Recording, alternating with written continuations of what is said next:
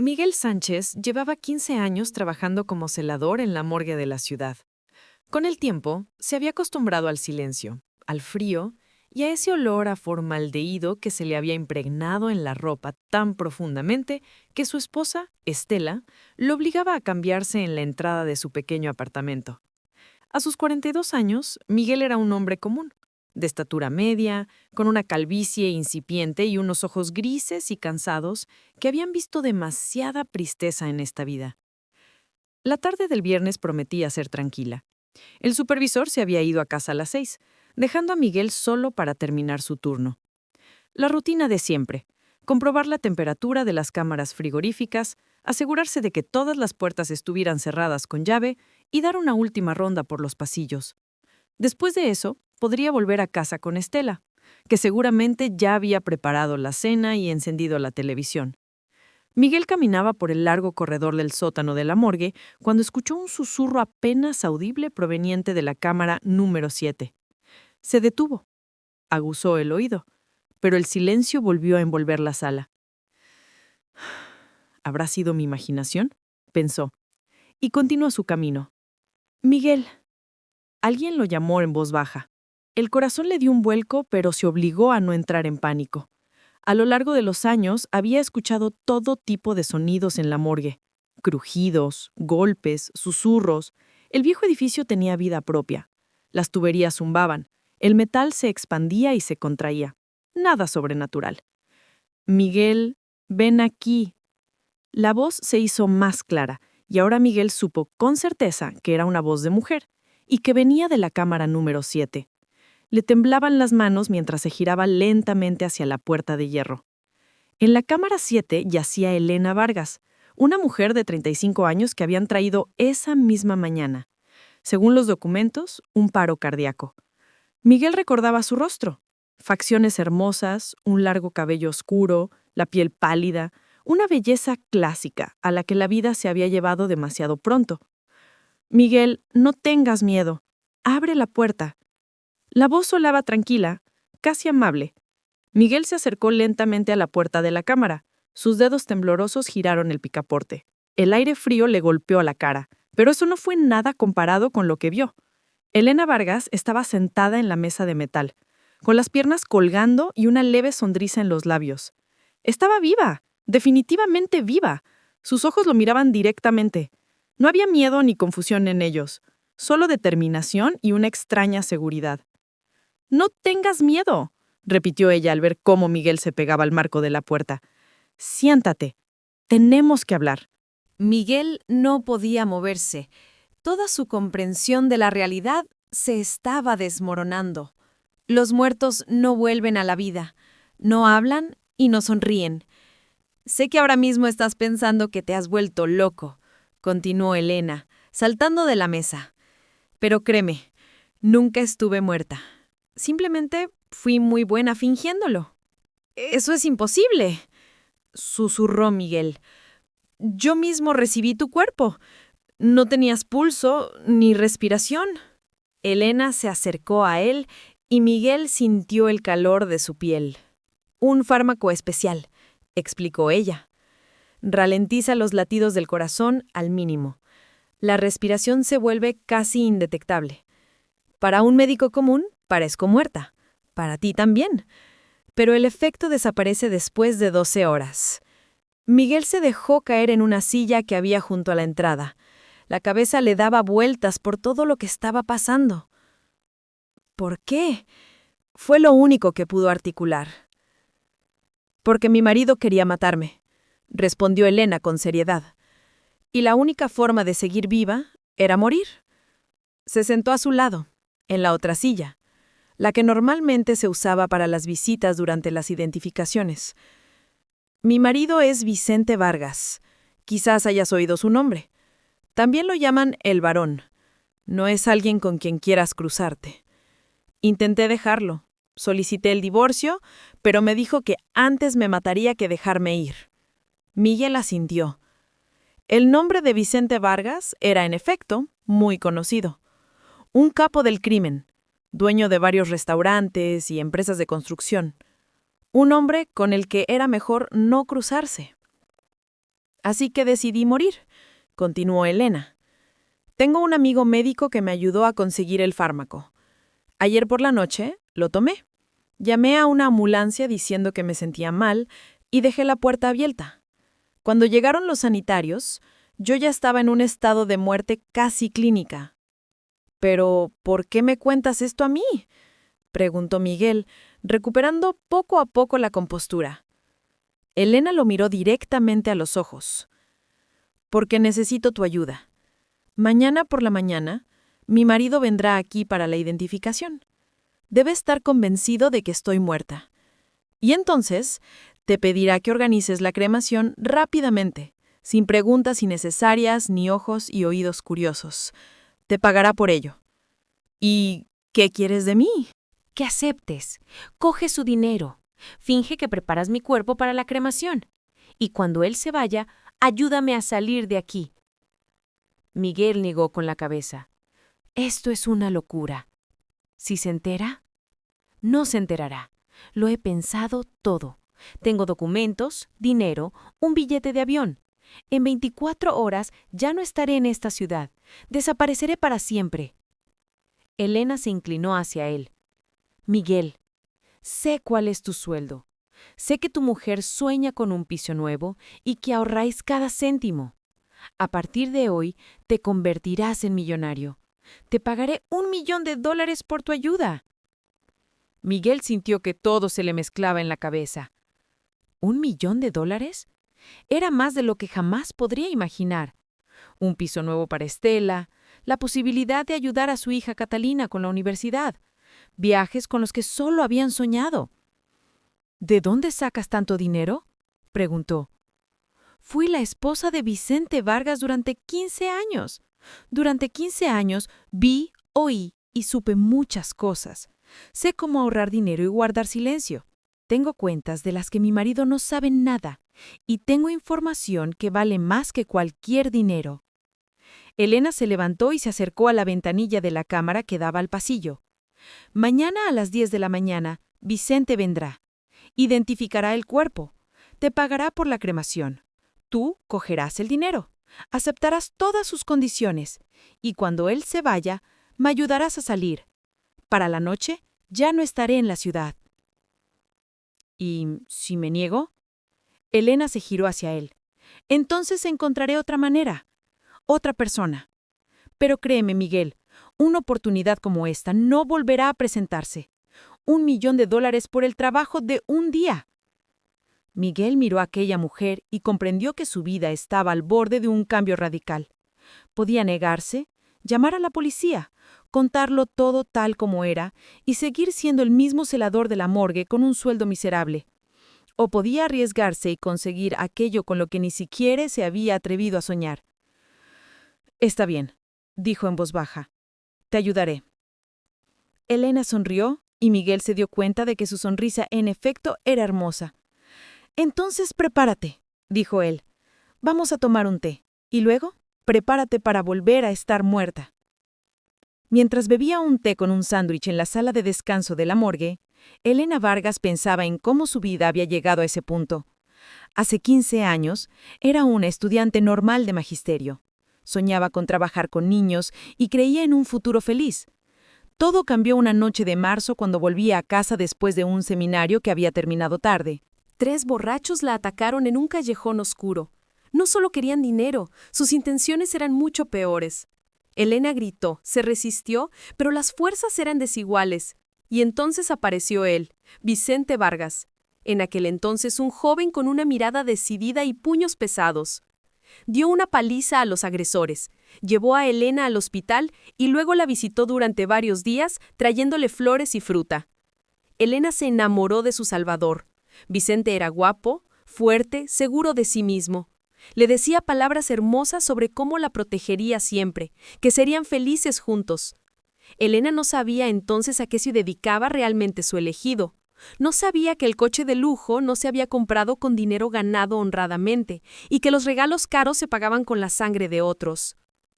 Los primeros años de matrimonio fueron como un cuento de hadas. Vicente la rodeó de lujo.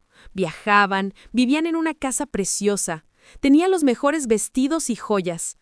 Elena hacía la vista gorda a las extrañas llamadas telefónicas por la noche, a la gente con caras sombrías que venía a su casa, al hecho de que su marido a veces llegaba con los nudillos arañados. Todo cambió después de que escuchara por casualidad una conversación telefónica de Vicente con sus secuaces. Discutían el asesinato de un competidor, el dueño de un restaurante vecino que se negaba a vender su negocio. Hablaban de ello con calma, como si compraran comida en el supermercado. Elena comprendió entonces con quién se había casado, pero ya era demasiado tarde. Vicente no le ocultó sus verdaderos negocios, al contrario, se enorgullecía de ellos. Le contaba sus asuntos, le enseñaba fotos de competidores que habían dejado de ser un problema. Elena se convirtió en la prisionera de una jaula de oro, hermosa, cuidada, pero una prisionera. Intentó irse 2 veces. La primera, Vicente la encontró a los 3 días, la golpeó y la encerró en casa durante 1 mes. La segunda, la encontró a la semana, y no solo la golpeó a ella, sino también a la amiga que la ayudó a esconderse. La amiga acabó en el hospital con las costillas rotas y una conmoción cerebral. «Eres mi mujer», le decía Vicente después de cada intento de fuga. «Mi propiedad, y no te daré a nadie. Antes te mato que dejarte ir». Elena le creyó. Vio cómo cumplía sus amenazas con otras personas. Sabía que con ella no haría una excepción. Pasaron los años. Elena aprendió a interpretar el papel de esposa sumisa de un capó. Sonreía en público, llevaba vestidos preciosos, guardaba silencio cuando su marido discutía sus asuntos delante de ella. Por dentro, se estaba muriendo lentamente, pero por fuera, era la esposa ideal de un empresario de éxito. Pero hace 6 meses, todo cambió. Elena escuchó por casualidad a Vicente hablando por teléfono con su mano derecha, Nicolás Moreno. Hablaban de ella. «Se está convirtiendo en un problema», decía Vicente. «Sabe demasiado, tiene crisis nerviosas con demasiada frecuencia, y esas conversaciones suyas sobre el divorcio y que irá a la policía. ¿Qué hacemos?», preguntó Nicolás. «Lo mismo que hacemos con todos los problemas, eliminarlos». Elena comprendió entonces que le quedaba muy poco tiempo. Vicente planeaba eliminarla, y lo haría de una forma elegante. Un accidente, una enfermedad, cualquier cosa menos un asesinato obvio. No podía permitirse un escándalo en la prensa. Fue entonces cuando nació el plan de fingir su propia muerte. Elena pasó 2 meses preparándose. Encontró a un médico dispuesto a ayudarla por mucho dinero. El doctor Samuel Torres trabajaba en una clínica privada, tenía problemas de deudas de juego y estaba dispuesto a hacer mucho por dinero. Consiguió un fármaco que se usaba en experimentos científicos para poner a los animales de laboratorio en un estado de animación suspendida. «Esto es muy arriesgado», le advirtió a Elena. «El más mínimo error en la dosis y morirás de verdad». «Mejor arriesgarme y tener una oportunidad de vivir que esperar una muerte segura», respondió Elena. Pasó otro mes escondiendo dinero, preparando documentos, planeando su huida.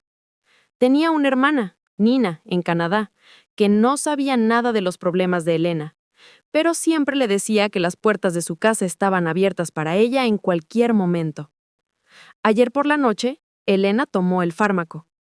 El cálculo era preciso. 1 hora después de tomarlo se produciría un estado indistinguible de la muerte. Duración del efecto, 12 horas. Durante ese tiempo, su cuerpo debía acabar en la morgue. Y mañana por la mañana, su marido debía venir a la identificación. Elena conocía a Vicente lo suficientemente bien como para predecir sus acciones. Querría deshacerse del cuerpo lo antes posible, ordenar la cremación, pagar al celador por una ejecución rápida, y en un día, de Elena Vargas no quedarían ni las cenizas. Pero Elena no pensaba convertirse en cenizas. Pensaba desaparecer y empezar una nueva vida con otro nombre en otro país. Tumbada en el sofá de la sala de descanso de la morgue, pensó en Miguel Sánchez. Había estudiado su expediente hacía 1 mes cuando planeaba la operación. Sabía que era un hombre honesto, no rico, con una familia que realmente necesitaba dinero. Sabía que no rechazaría $1 millón si el riesgo era mínimo. Miguel había aceptado ayudar, y ahora solo quedaba esperar a mañana por la mañana. Elena cerró los ojos e intentó dormir. Mañana sería un día muy importante, el día de su segundo nacimiento. Por ahora, necesitaba seguir muerta. El sábado por la mañana, Miguel preparó a Elena Vargas para el encuentro con su marido. Ella ya había tomado una dosis mínima del fármaco para acelerar la recuperación y respiraba de forma casi imperceptible. Su pulso era débil, pero sin duda estaba viva. A las 8 de la mañana, Elena abrió los ojos. ¿Cómo te sientes?, preguntó Miguel. Como después de una mala resaca, admitió ella incorporándose lentamente. Mareada, un poco de náuseas, pero se me pasará en 1 o 2 horas. Repasaron el plan de acción. Elena debía volver a tumbarse y hacerse la muerta cuando llegara Vicente.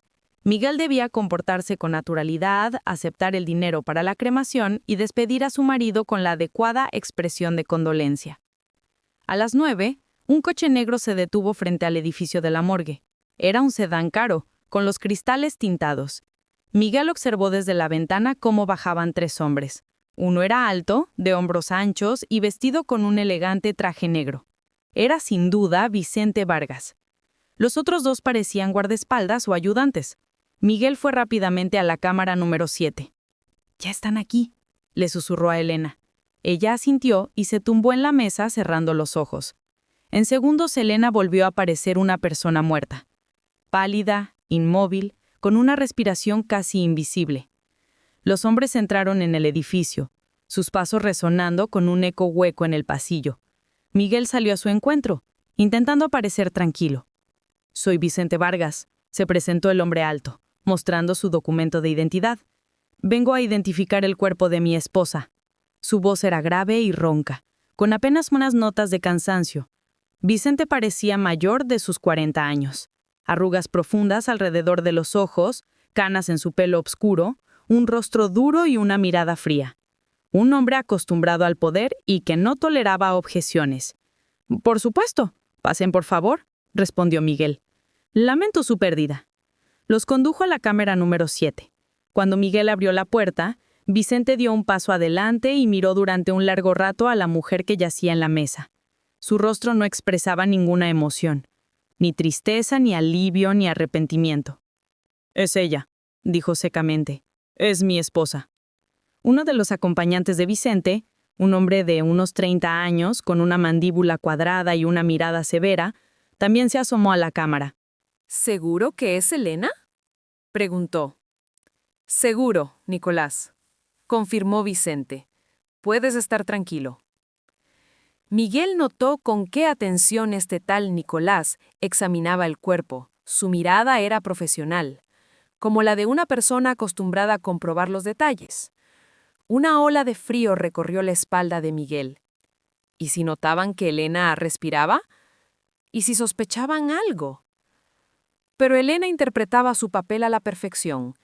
Yacía absolutamente inmóvil. Su rostro estaba pálido, sus labios ligeramente entreabiertos. Incluso Miguel, sabiendo la verdad, apenas podía percibir los casi indistinguibles signos de vida.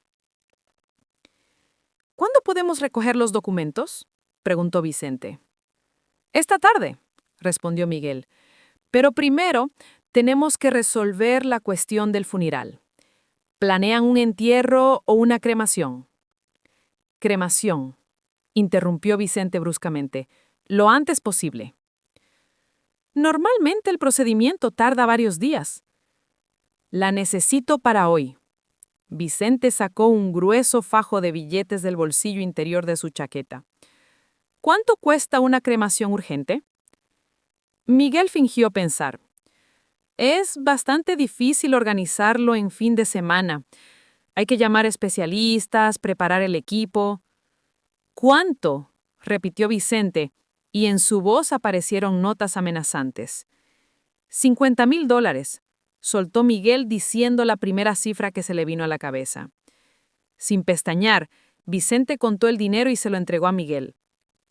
«Todo debe estar listo para esta tarde. Puede dejar la urna con las cenizas aquí. La recogeré mañana». Miguel cogió el dinero intentando no mostrar cómo le temblaban las manos. $50,000 era una suma considerable.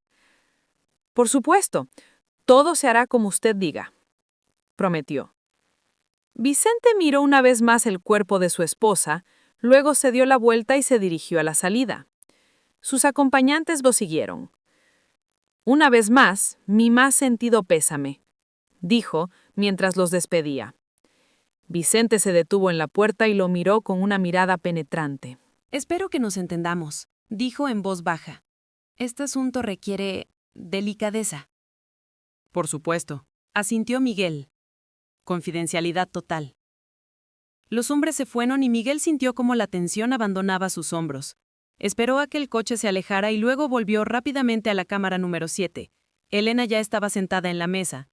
Pidió un vaso de agua y tomó unos medicamentos para normalizar la presión arterial y el ritmo cardíaco que el médico le había dado. ¿Cómo ha ido?, preguntó. Pagó 50,000 por la cremación, respondió Miguel mostrando el dinero. Quiere que todo esté listo para la tarde. Perfecto. Ahora tenemos todo el día para organizar mi huida. Elena bajó de la mesa y con la ayuda de Miguel, cogió hasta una silla. ¿Viste cómo me examinaba Nicolás Moreno? Es la mano derecha de mi marido. Un hombre muy meticuloso. ¿Sospechó algo? No, solo está acostumbrado a comprobarlo todo. Pero ahora está seguro de que estoy muerta. Elena se giró hacia Miguel. Ahora tengo que salir de aquí y llegar al aeropuerto. Tengo un billete para un vuelo a las 8 de la tarde y luego estaré en Toronto con mi hermana. ¿Y mi millón?, preguntó Miguel. Elena sonrió y sacó un papel doblado de su pecho. Aquí están los datos de una cuenta en un banco suizo, contraseñas y códigos de acceso. Hay $2 millones ahí. La mitad para ti, la mitad para mí para empezar. Miguel tomó el papel con manos temblorosas. ¿2 millones? Estás arriesgando tu vida por mí, dijo con seriedad. Si Vicente descubre la verdad, nos matará a los dos. Te mereces una buena recompensa por un riesgo así. Miguel comprendió que tenía razón. Ambos se lo habían jugado todo. Y si el plan fallaba, ambos estarían en graves problemas. ¿Qué debo hacer después de que te vayas?, preguntó. Dale a tu marido una urna con cenizas cualquiera. Dile que todo salió según lo planeado. En un mes puedes renunciar y empezar una nueva vida. Elena se quedó en la morgue 1 hora más, recuperándose. Ahora necesito salir de aquí sin que me vean. No debe verme nadie que pueda reconocerme. Miguel asintió. El plan parecía simple y lógico, pero aún no sabía qué sorpresas les esperaban. Después de que Vicente Vargas se fuera, Elena se sintió más segura. La primera parte del plan se había completado. Su marido creía que estaba muerta y había pagado por la rápida destrucción del cuerpo. Ahora venía lo más difícil: salir de la morgue sin ser vista y llegar al aeropuerto. Miguel le trajo ropa normal, unos vaqueros, un suéter y una chaqueta que le había pedido a la señora de la limpieza de la morgue. La ropa era sencilla y no llamaba la atención, exactamente lo que necesitaba para moverse discretamente por la ciudad.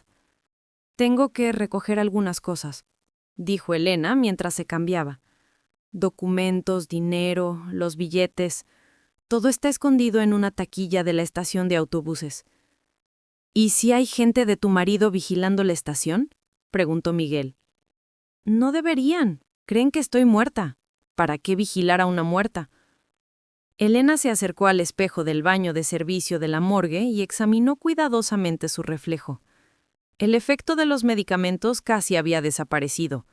Su rostro había recuperado un color normal, pero todavía parecía cansada y agotada. Necesito cambiar mi apariencia, dijo, al menos un poco. Miguel trajo unas tijeras del botiquín. Elena se cortó su largo cabello oscuro, convirtiéndolo en media melena. Luego encontró unas gafas de sol en el bolso de la señora de la limpieza y se las puso. Ahora parezco diferente, dijo, volviéndose hacia Miguel. ¿Crees que me reconocerían? Con dificultad, respondió él honestamente, pero es mejor tener cuidado. Salieron de la morgue por la entrada de servicio. Miguel llevó a Elena a la estación de autobuses en su viejo coche, revisando constantemente los espejos retrovisores, pero no había nadie sospechoso detrás de ellos. En la taquilla de la estación, Elena recuperó una pequeña mochila con los documentos y el dinero. Allí también había un pasaporte a nombre de Anna Sullivan, un documento que había encargado a través de conocidos hacía 6 meses. La calidad era excelente.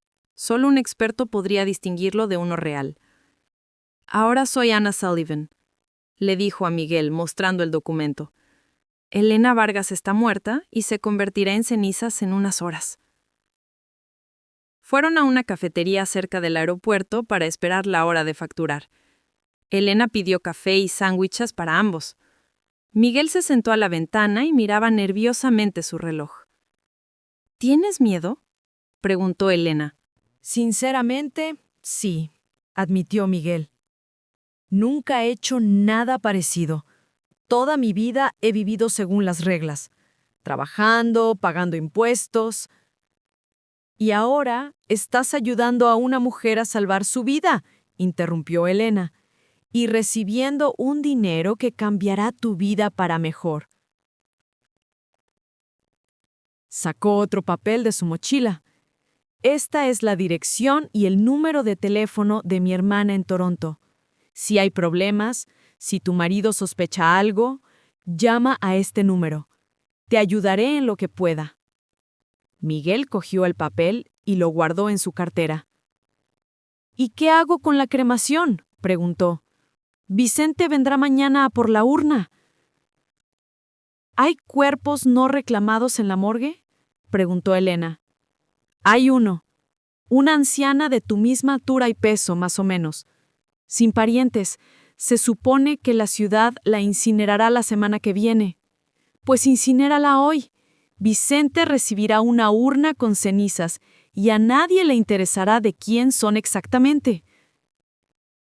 El plan parecía sencillo, pero Miguel comprendía que cualquier pequeño detalle podría destruirlo. ¿Y si Vicente quiere verificar el procedimiento? ¿Y si uno de mis compañeros pregunta por la cremación urgente en fin de semana? ¿Y si... Deja de darle vueltas, dijo Elena, notando su ansiedad. Lo más difícil ya ha pasado. En 2 horas estaré en un avión y tú serás $1.000.000 más rico. Miguel asintió. Para él era una cantidad de dinero que le cambiaba la vida. A las 6 de la tarde, fueron al aeropuerto. Elena facturó para el vuelo con el nombre de Anna Sullivan. Y no hubo problemas. Los documentos pasaron la inspección. El billete se emitió correctamente. El embarque comienza en media hora, le dijo a Miguel cuando se sentaron en la sala de espera. Pronto todo habrá terminado. Miguel miró a esa mujer que había puesto su vida patas arriba en solo 24 horas. Ayer era un simple celador de la morgue, y hoy se había convertido en cómplice de una trama compleja. Pero el dinero que recibiría valía el riesgo. Estela por fin tendría lo que se merecía. Catalina podría entrar en una buena universidad, y él mismo se sentiría como una persona de éxito por primera vez en muchos años. Anuncio de embarque para el vuelo con destino a Toronto, sonó la voz del anunciador. Elena se levantó y cogió su mochila. Es la hora, dijo. Miguel, gracias por todo. Me has dado una segunda oportunidad. Se abrazaron como viejos amigos. Buena suerte, Elena, dijo Miguel. O Ana ahora. Ana ahora. Elena Vargas movió ayer por la noche. Se dirigió hacia la puerta de embarque, pero de repente se detuvo y se giró bruscamente. Su rostro palideció. Miguel, lo llamó en voz baja. Tenemos un problema. Miguel miró en la dirección que Elena señalaba y vio una cara familiar. Nicolás Moreno, la mano derecha de Vicente Vargas, estaba de pie junto al mostrador de información, escaneando cuidadosamente la sala de espera. A su lado había otro hombre, delgado, de rasgos afilados. ¿Cómo es posible que esté aquí?, susurró Miguel. No lo sé. Elena se puso rápidamente la capucha de la chaqueta y bajó la cabeza. Tal vez sea una coincidencia, o tal vez... No terminó la frase, pero Miguel lo entendió. Quizás el plan había sido descubierto desde el principio. Quizás Vicente había sospechado algo. O quizás, simplemente, no habían tenido en cuenta algún detalle importante. ¿Qué hacemos?, preguntó Miguel. Tengo que subir a ese avión, dijo Elena con firmeza. Es mi única oportunidad. Pero Nicolás Moreno ya los había visto. Su mirada se detuvo en la figura de la mujer con la chaqueta con capucha, y Miguel vio cómo el hombre sacaba su teléfono. Su plan se estaba desmoronando ante sus ojos. Nicolás Moreno llevaba media hora en el aeropuerto estudiando detenidamente los rostros de los pasajeros. Aquella mañana, después de visitar la morgue, algo no le cuadraba.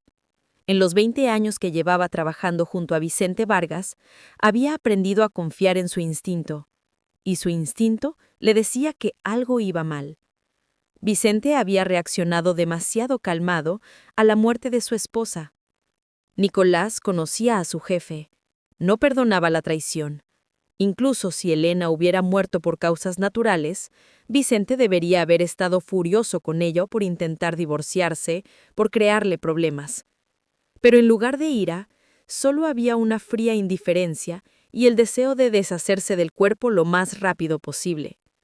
Además, a Nicolás le preocupaba el comportamiento del celador de la morgue. El hombre estaba más nervioso de lo que la situación requería. Por supuesto, encontrarse con un capo podía asustar a cualquiera, pero había algo más en el nerviosismo de Miguel Sánchez. Tras la visita a la morgue, Nicolás decidió comprobar algunos detalles. Un amigo médico le confirmó que un paro cardíaco repentino en una mujer joven normalmente requería un examen más exhaustivo. Pero en el caso de Elena Vargas, nadie había comprobado nada.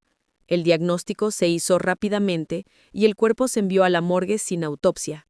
Entonces Nicolás recordó una conversación que había oído por casualidad hacía 2 semanas. Elena llamaba a alguien y hablaba de unos billetes a Canadá. En su momento, pareció la charla sin importancia de una esposa enfadada. Pero ahora, Nicolás decidió comprobar todos los vuelos a Canadá. Si sus sospechas eran correctas, si Elena había fingido su muerte de alguna manera, intentaría volar allí. Tenía un hermano en Toronto, la única persona en la que confiaba. Y su instinto no le falló. Nicolás llegó al aeropuerto con Esteban García, su ayudante. Se separaron y examinaron la sala de espera. Y entonces la vio. Una mujer con capucha junto a un hombre de mediana edad. Algo en su figura, en la forma en que mantenía la cabeza, le resultó familiar. Nicolás sacó su teléfono y marcó el número de Vicente. «Jefe, estoy en el aeropuerto», dijo, sin apartar la vista de la pareja sospechosa. «Parece que tu esposa no está tan muerta como pensábamos». «¿De qué estás hablando?». La voz de Vicente sonó sorprendida. En la sala de espera del vuelo a Toronto hay una mujer muy parecida a Elena. Pelo más corto, lleva gafas, pero la forma de andar y la figura son las mismas. ¿Estás seguro? 80% seguro. Ahora lo compruebo del todo. Nicolás se dirigió al mostrador de facturación. Tenía contactos en la seguridad del aeropuerto y por una pequeña suma le mostraron la foto del documento de Anna Sullivan. La foto mostraba a Elena Vargas. El rostro era inconfundible para alguien que la conocía desde hacía 15 años. «Jefe, es ella», dijo Nicolás al teléfono. «Elena está viva e intenta volar a Canadá». Siguieron varios segundos de silencio. Luego Vicente dijo con una voz grave y amenazante: «Reténla, cueste lo que cueste. Voy para allá». Nicolás hizo una seña a Esteban y comenzaron a acercarse a la pareja.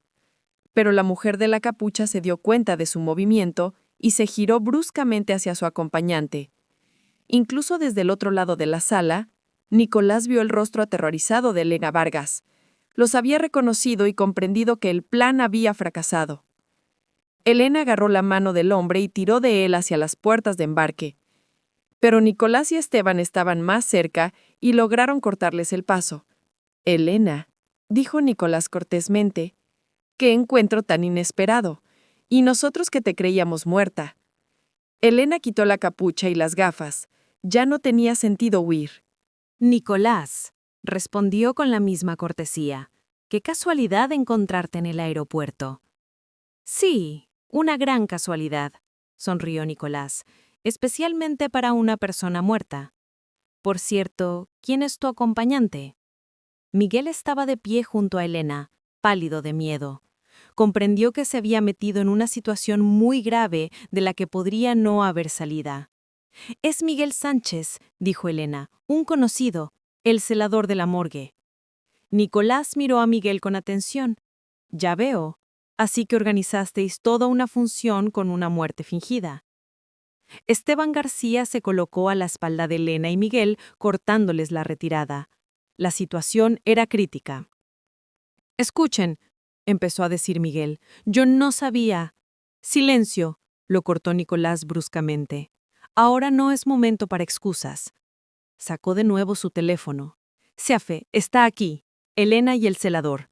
Sí, el mismo que se suponía que debía incinerarla. ¿Qué hacemos con ellos?» Elena escuchó la conversación y comprendió que el tiempo se agotaba. En pocos minutos, Vicente llegaría y entonces sus posibilidades de salvación serían nulas.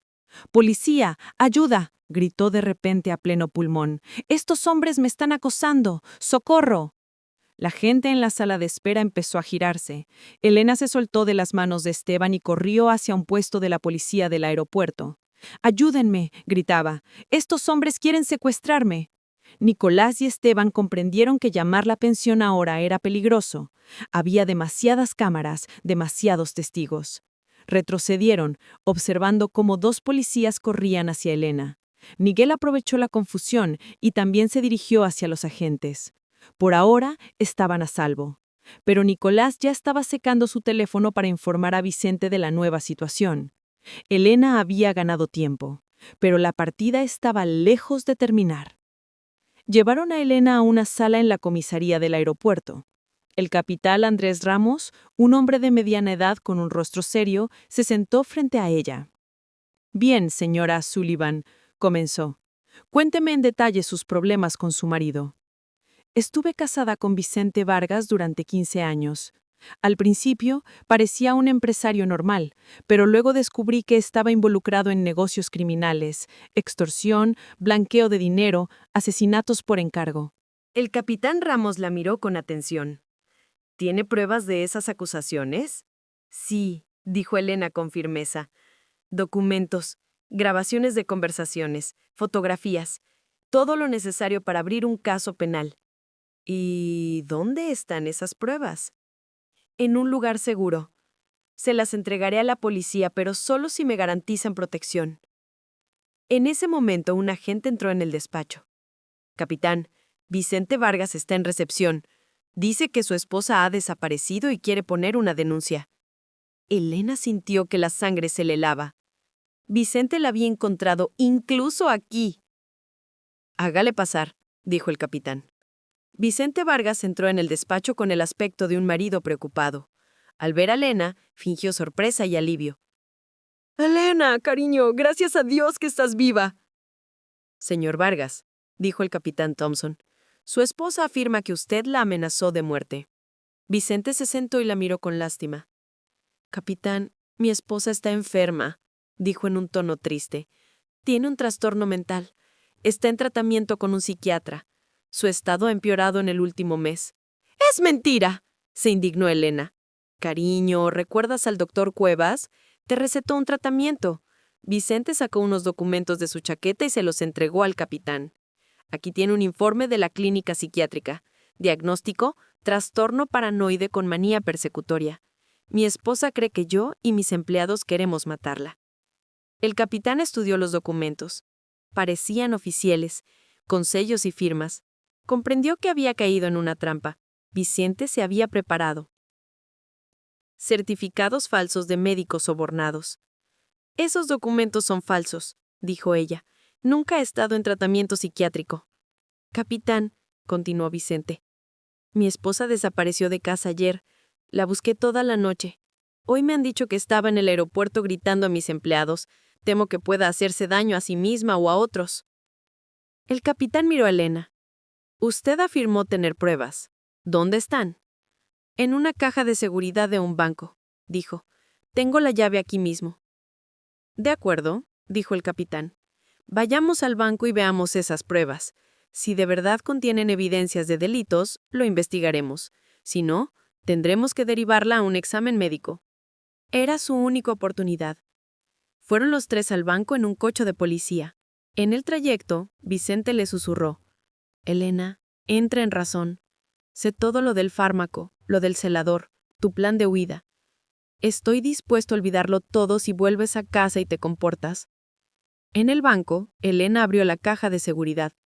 Dentro había una carpeta gruesa, varias memorias USB y DVDs. Aquí está, dijo, entregándosela al capitán. Todo lo necesario para meter a Vicente Vargas en la cárcel 20 años. El capitán empezó a revisar los documentos. Su rostro se puso cada vez más serio. Los materiales eran realmente comprometedores. Vicente tomó varias hojas y las estudió. Su rostro no mostraba ni sorpresa ni miedo. Capitán, son falsificaciones. De muy alta calidad, pero falsificaciones, señaló un extracto bancario. Mira la fecha. En ese momento, yo estaba de viaje de negocios en Alemania. Es fácil de comprobar con los sellos de mi pasaporte. El capitán comparó las fechas y vio que efectivamente no coincidían. Y esta grabación, continuó Vicente. Escuche con atención. La conversación está editada. Frases sacadas de contexto y pegadas. Elena escuchó y comprendió que él la estaba superando. Vicente se había preparado. Algunos de los documentos de la carpeta eran falsos. Él mismo se los había filtrado a través de intermediarios. Y aunque las pruebas reales también estaban ahí, ahora el capitán ya no le creería. Mi esposa es muy lista, continuó Vicente. Pasó meses creando estas falsificaciones. Su objetivo no era denunciar delitos, sino chantajearme. Quería conseguir mucho dinero en el divorcio. El capitán cerró la carpeta y miró a Elena. ¿Qué tiene que decir a esto? Elena comprendió que había perdido. Digo la verdad, mi marido es un asesino. Lamentablemente, no vemos pruebas convincentes de ello, dijo el capitán, pero sí vemos indicios de un grave trastorno mental. Vicente tomó la mano de Elena. Capitán, quiero llevar a mi esposa a casa y asegurarme de que reciba tratamiento. El capitán asintió. De acuerdo, pero si esto se repite, tendremos que ingresarla en una institución especializada para tratamiento obligatorio. Al salir del banco, Elena le susurró a Vicente. No has ganado. Tengo más material. Lo sé, respondió él en voz baja. Y también sé dónde está escondido. Esta noche mis hombres lo recogerán. Elena comprendió que había caído en una trampa sin salida. Pero aún le quedaba una esperanza. Miguel Sánchez. Si él había logrado esconderse, quizás podría ayudarla. Miguel Sánchez, al salir del aeropuerto, paró el primer taxi que vio y se fue a casa. Había recibido un SMS de Elena justo antes de que se la llevaran los policías. Nos han descubierto. Huye y escóndete ya.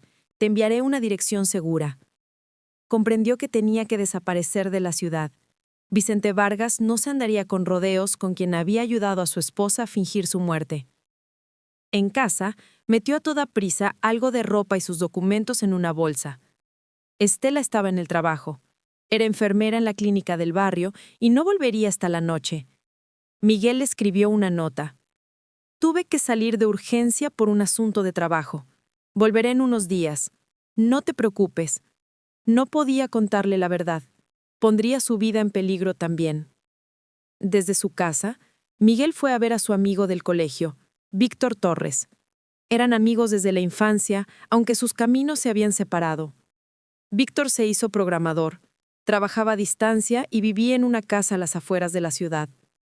Tenía una pequeña cabaña en una urbanización de campo, Colinas del Sol, donde pasaba los fines de semana. «¡Miguel!», se sorprendió Víctor al abrir la puerta. «¿Qué te trae por aquí?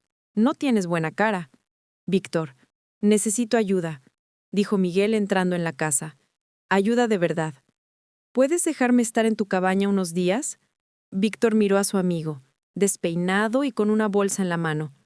«¿Qué ha pasado? ¿Problemas con Estela?» «No es por Estela. Víctor, me he metido en un lío muy gordo. Cuanto menos sepas, mejor para ti. Solo dame las llaves de la cabaña y olvida que he estado aquí». Víctor dudó unos segundos. Luego sacó las llaves de un cajón. «La cabaña está en Colinas del Sol, casa número 23», dijo. «Hay comida y electricidad. Solo dime una cosa, sinceramente. No has hecho nada terrible, ¿verdad?» «He ayudado a una mujer a escapar de su marido, que es un asesino», respondió Miguel. «Pero ahora ese asesino quiere acabar conmigo también». Víctor asintió. «Entendido. Si necesitas algo, llama». Miguel condujo hasta la cabaña, comprobando constantemente si lo seguían. La urbanización Colinas del Sol estaba a 40 kilómetros de la ciudad, en medio de un pinar. La cabaña de Víctor era pequeña, pero acogedora. 2 plantas, una chimenea, un lugar donde se podía esperar a que pasara el peligro. Miguel deshizo sus cosas e intentó contactar con Elena, pero su teléfono no daba señal. Mala señal. Le envió un SMS a su número de todos modos, con el teléfono de Víctor y las palabras: «Él sabe, te ayudará». Mientras tanto, Elena estaba sentada en el coche junto a Vicente, que la llevaba de vuelta a la jaula de oro. Sabía que una vez en casa no tendría escapatoria. Cuando el coche se quedó atascado en un embotellamiento cerca de un centro comercial, vio su oportunidad.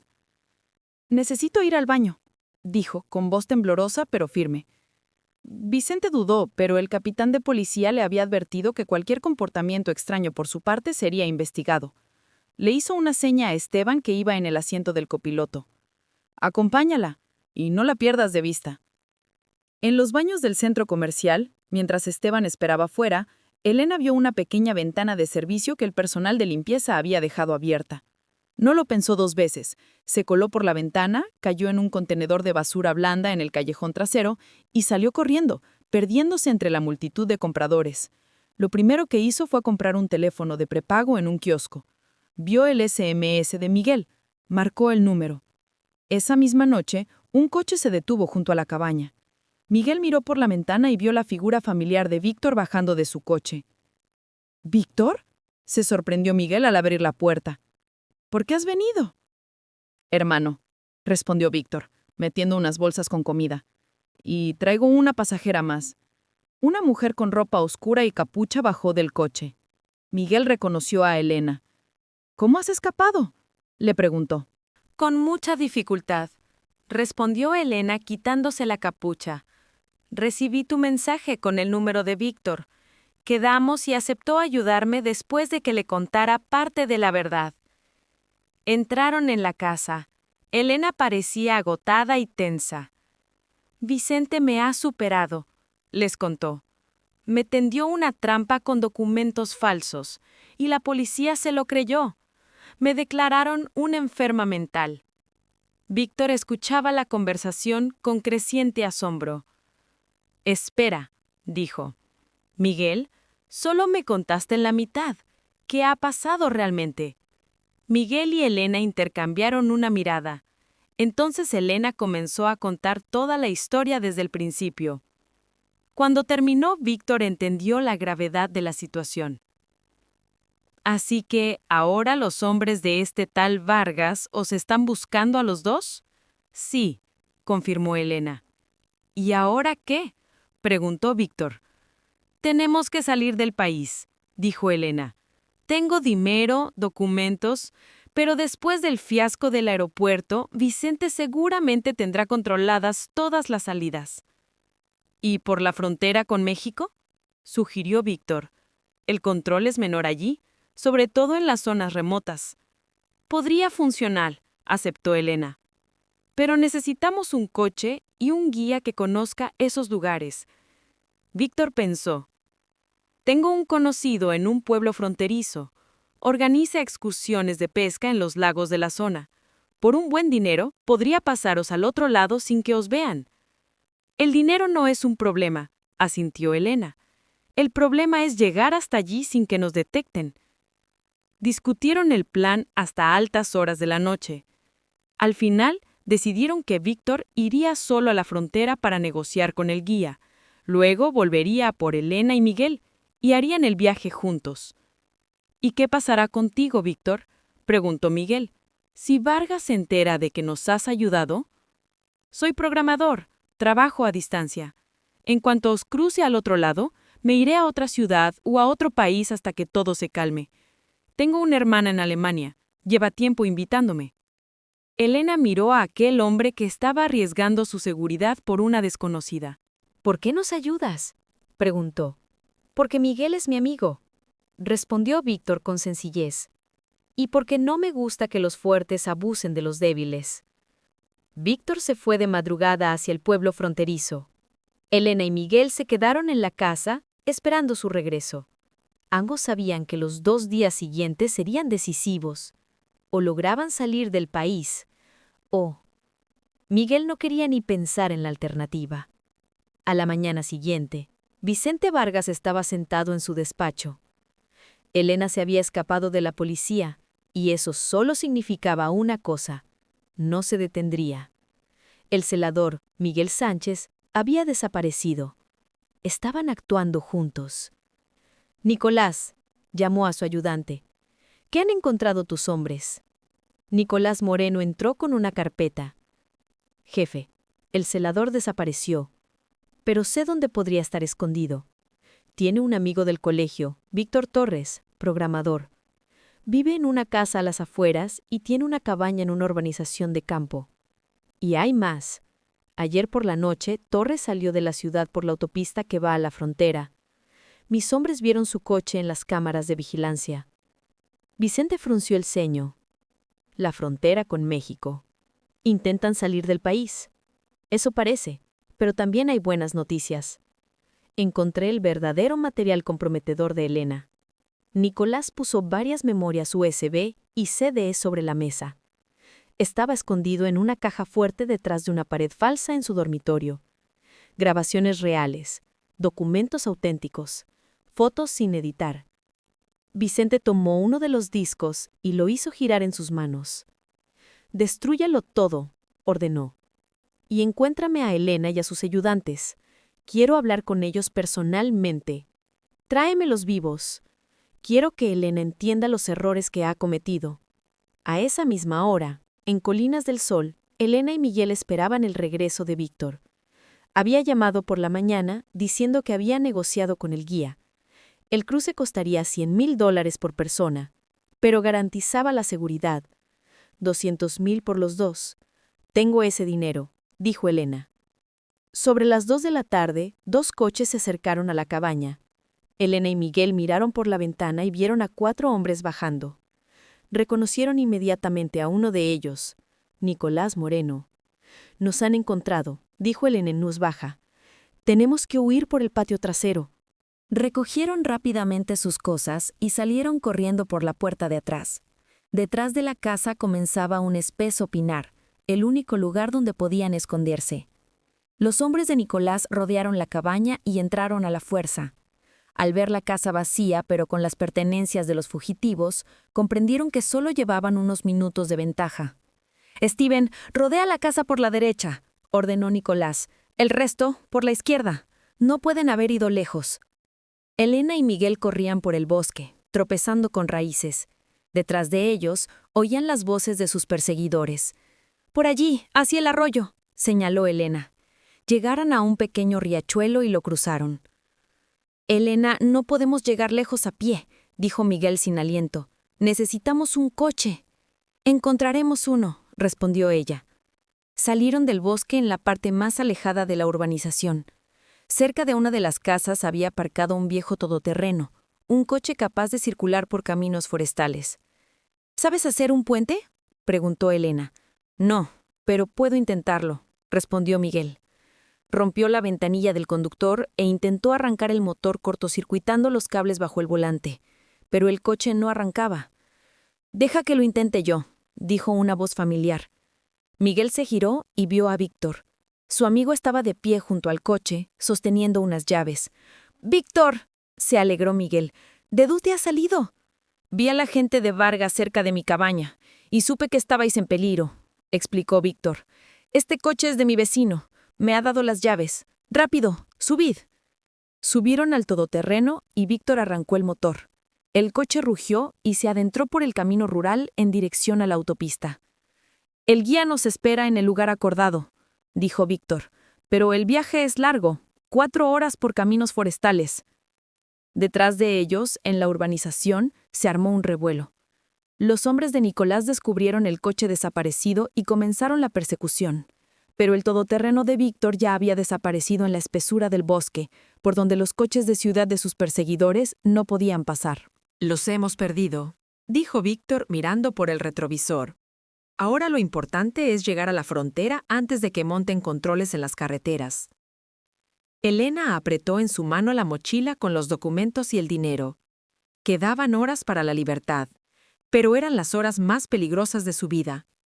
Nicolás Moreno estaba parado junto al coche averiado en el camino forestal, maldiciendo en voz baja. Su sedán de lujo había caído en un bache profundo y había roto un eje. La persecución tuvo que detenerse a solo 20 kilómetros de la urbanización. «El jefe no estará contento», dijo Esteban Spencer, examinando el vehículo dañado. «El jefe estará furioso», lo corrigió Nicolás. «Pero no hay nada que hacer. Llama a una grúa, yo le informaré del fracaso de la operación». Sacó su teléfono y marcó el número de Vicente Vargas. «Se han escapado», informó secamente. «El coche se ha averiado. A pie es imposible alcanzarlos». «¿Hacia dónde se dirigían?», preguntó Vicente con una voz gélida. «Hacia la frontera con México.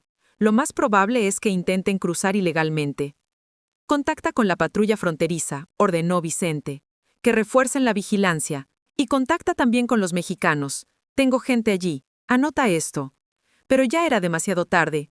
Víctor, Elena y Miguel habían llegado al lugar acordado con el guía. Era un viejo pabellón de caza en lo más profundo del bosque, a 15 kilómetros de la frontera. El guía se llamaba Samuel Matías, un hombre de unos 60 años, exagente de la patrulla fronteriza que, tras retirarse, se quedó a vivir en la zona ganándose la vida con la caza y la pesca. «¿Tienen los documentos?», preguntó, examinando con cautela a los fugitivos. «Sí», respondió Elena mostrando el pasaporte a nombre de Anna Sullivan. «¿Y tú?», se dirigió a Miguel. «El pasaporte», dijo Miguel. Samuel Matías negó con la cabeza. «Si te están buscando tu nombre ya habrá pasado por todas las bases de datos, podrían detenerte». La situación se complicaba. Solo podían confiar en la suerte. Le pagaron al guía los $200,000 y esperaron a que anocheciera. Samuel Matías los guió por senderos forestales que solo él conocía. La frontera en ese lugar atravesaba un terreno pantanoso donde los puestos fronterizos estaban a decenas de kilómetros de distancia entre sí. «Sigan exactamente mis pasos», advirtió el guía. «Aquí hay muchas arenas movedizas. Un paso en falso y te ahogas». Caminaron sobre montículos y árboles caídos. Elena resbaló y cayó en el barro varias veces, pero siguió adelante. Quedaba el último kilómetro hacia la libertad. «Ahí está la frontera», dijo Samuel en voz baja, señalando una franja de bosque apenas visible en la oscuridad. «A partir de aquí, sigan solos. A 3 kilómetros hay un pueblo mexicano, Rojo. Allí hay una parada de autobús». Elena y Miguel se despidieron de Víctor. «Gracias por todo», dijo Elena abrazándolo. «Nos has salvado la vida». «Cuídate mucho», respondió Víctor, «y avísame cuando estés instalada». Miguel abrazó a su viejo amigo. «Víctor, si tienes problemas por nuestra culpa, no los tendré», lo interrumpió Víctor. «Ya lo he arreglado con mi hermana en Alemania. Vuelvo a verla en una semana. Ya veremos desde allí». Elena y Miguel cruzaron la frontera y se encontraron en territorio mexicano. Caminaron por el bosque durante otras 2 horas, hasta que vieron las luces del pueblo de Rojo. En la parada de autobús, esperaron sentados hasta la mañana, a que llegara el primer autobús al centro regional. Desde allí, podrían llegar a Ciudad de México y desde Ciudad de México a cualquier parte del mundo. «Miguel», dijo Elena mientras esperaban sentados en el banco, «tengo que decirte algo». «¿Qué?» «No pienso volar a Canadá con mi hermana. Eso era una tapadera por si Vicente se enteraba de mis planes». Miguel la miró sorprendido. «¿A dónde piensas ir?» «A Suiza. Allí no solo tengo una cuenta bancaria, sino también un apartamento comprado con otro nombre. Llevo 3 años preparando esta huida». «¿Y yo?» Elena sacó un sobre con dinero de su mochila.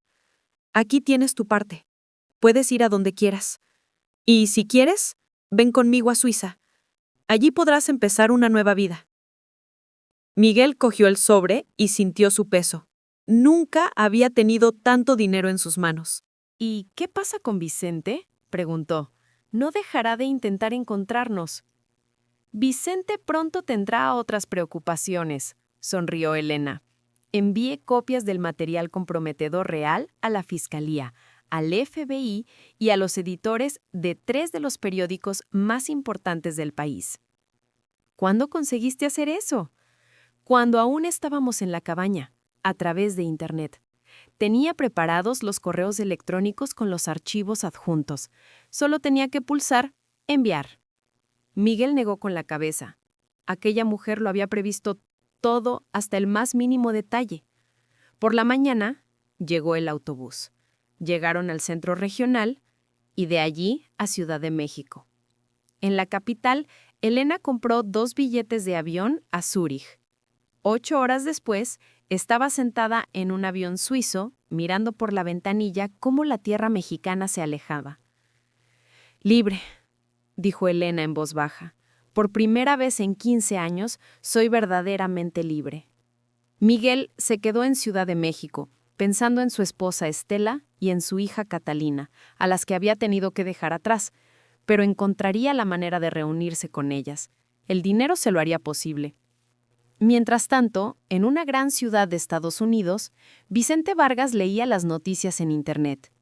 El titular principal del día: el famoso restaurador Vicente Vargas, detenido bajo sospecha de dirigir una organización criminal. Adjuntas a la noticia había fotos y documentos comprometedores. Vicente comprendió que Elena lo había superado. No solo se había salvado a sí misma, sino que había destruido su imperio. «Nicolás», llamó a su ayudante, «reúne los documentos y el dinero, nos vamos del país». Pero ya era demasiado tarde. Varios coches de la policía y del FBI ya estaban llegando a la mansión de Vicente Vargas. Y en el avión suizo, Elena planeaba su futuro. Había sobrevivido, era libre y tenía ante sí todas las oportunidades para una vida feliz. La segunda vida de Elena Vargas acababa de empezar.